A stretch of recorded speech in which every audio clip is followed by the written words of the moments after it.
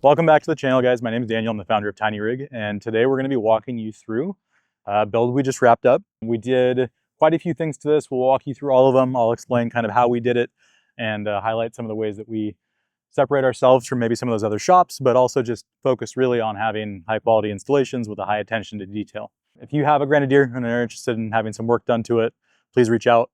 We're going to do a fantastic job for you, and our team is very experienced and trained on working with this vehicle. So let's dive into it. So if you're seeing this video in Alu-Cab for the first time, what you're looking at right now is an Ineos Grenadier. It's a 2025 model.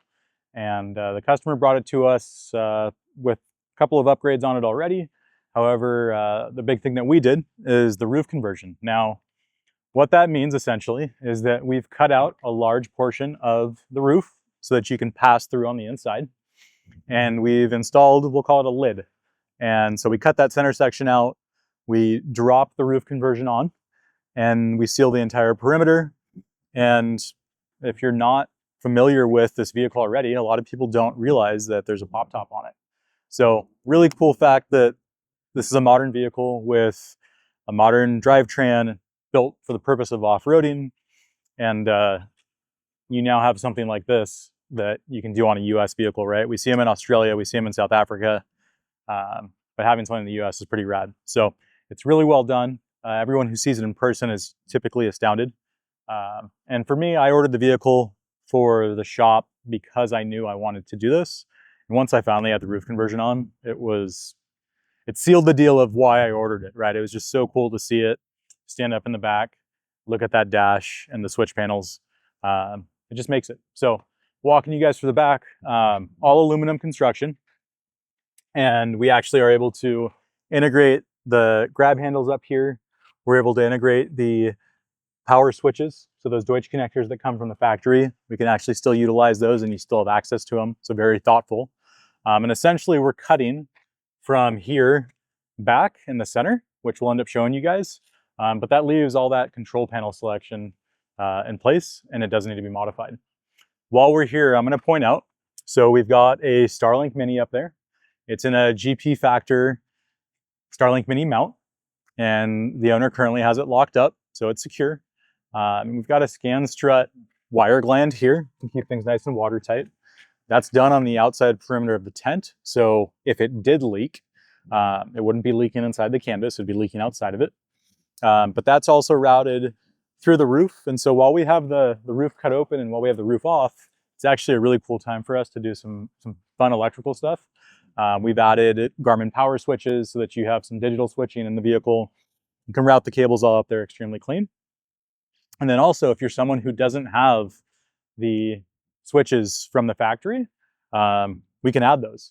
And we can not necessarily through the factory, but through an auxiliary switching system. So on this one, when you're driving the vehicle, when everything's closed up, even when the tent is open, which we'll show you, you don't see any wires on that Starlink. So we're actually doing a ton of those. That is wired directly to one of the auxiliary switches, which we've converted all the auxiliary switches to the secondary battery that's inside the vehicle. Let's jump in over here. And we're going to flip the seat up. And I'm going to show you guys some of the electrical work that we've done in here. So you'll see a Victron solar controller. The roof is equipped with 240 watts of solar, and that is going to that secondary battery system.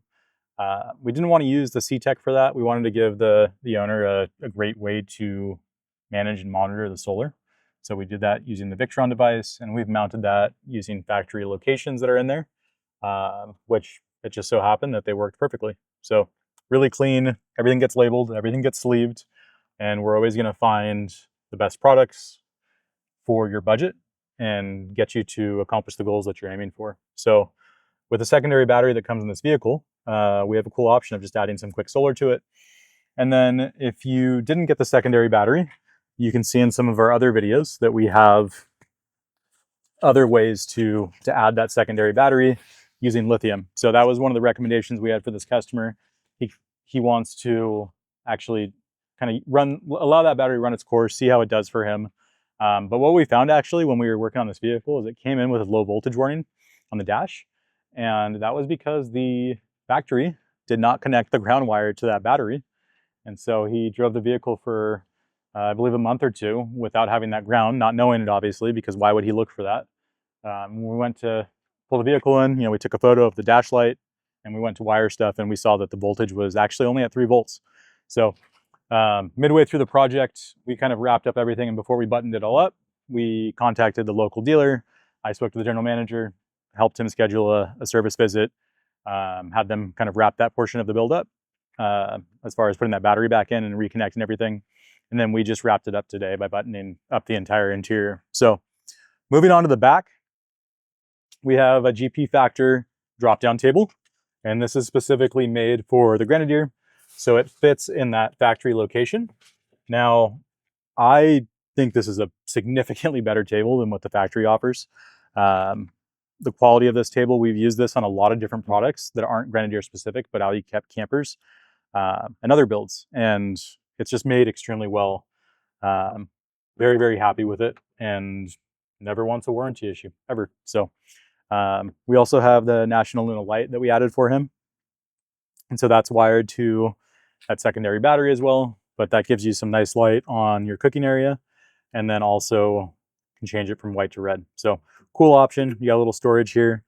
And then up top right here, you'll see a Wolfbox camera.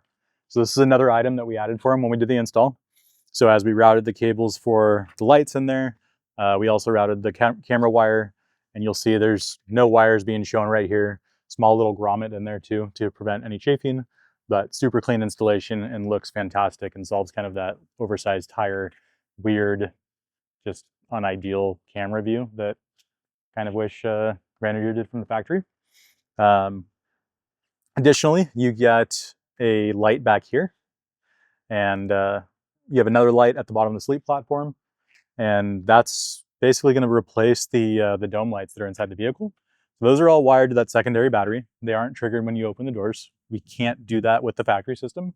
We can do it if we add something like a Garmin power switch, which we've done on some of our other builds. So I'm going to pop the tent open right now and show you guys what's going on. So styling wise, you guys can see Alu-Cab made a handle right here that kind of matches that factory look. But you got 2 pins, 2 latches, and it's as simple as pushing everything up.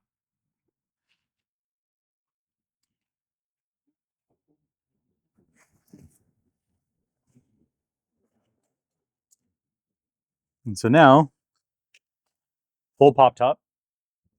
And one of the really cool things about all of Alu-Cab's campers and roof conversions is the sleeping system's on gas struts. Now, one of the things with rooftop tents is you have a ladder, which is typically pretty annoying. On this vehicle, you don't. You get up through the inside. But also, there is enough room up there to leave a little bit of bedding inside. And so your sleeping bag, your pillow, that can go up there and provide you more cargo space inside. But the fact that the bed's on gas struts in the campers and the roof conversions means that your bedding gets to stay in place. And so when you pack up your rooftop tent, you can kind of just leave everything sprawled out, and it's as simple as just lifting, and the gas strut does the work. And then also I'm going to climb up in there and I'm going to show you guys. You now have all this room inside, right? Which means I can stand up and change. And you can put these seats down and you actually have a good seating area too. But as far as climbing up into bed, what I wanted to show you guys is there's another video of us that we did the walk around, and you can kind of see like a full interior storage system where you get rid of the seats. In this case, the customer does have the seats, and you can still drive people around during the week. But if I'm going to climb up, pull the bed down, and I can step right here. I'm not going to do it because it's not my vehicle, but that's a good option to be able to just climb up. So lots of room up here. You've got a light up top. You've got some storage pockets, and you also have a light switch and some charging ports to be able to charge your phone and then turn that light off nice and easy when you're sleeping up top. The last piece that I'm going to show you guys is going to be the Alu-Cab awning. So I'm going to close the door, and we're going to unzip this, and we're obviously right on the water, as you can see. So there is some wind. But the great thing about the Alu-Cab awning is that there are no legs for it. You can run a support leg, but it doesn't need it. The canvas is a very, very thick canvas that has a reflective fabric on it. And so it actually prevents a lot of that heat from the sun from coming through. And so you actually feel significantly cooler when under it.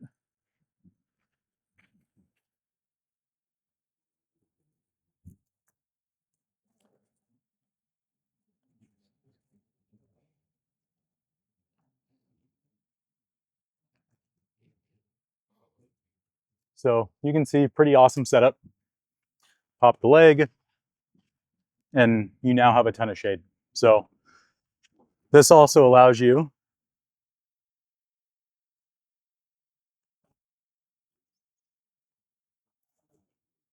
the ability to cook, right?